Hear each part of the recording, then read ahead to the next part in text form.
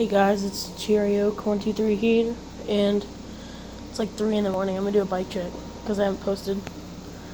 So, starting from the top, we got ODI Barnes with red ODI grips, just a ramp brake, subrosa bars that are 8.75, subrosa stem, subrosa forks. Got the Shadow Valor tires. You can't really see it. Fit rims. Got different stickers. Got twisted PCs with the original cranks. New sprocket. Shadow Conspiracy. And half-link chain in silver. Same in the back, just fit rim with the Valor tire. And then a Sunday seat.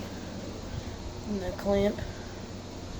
And yeah, I just haven't posted in a while, and I just wanted to do that real quick. So, I'll probably post a little bit more. Oh, I almost forgot. I had the Shadow headset. Okay. See you guys later. Bye.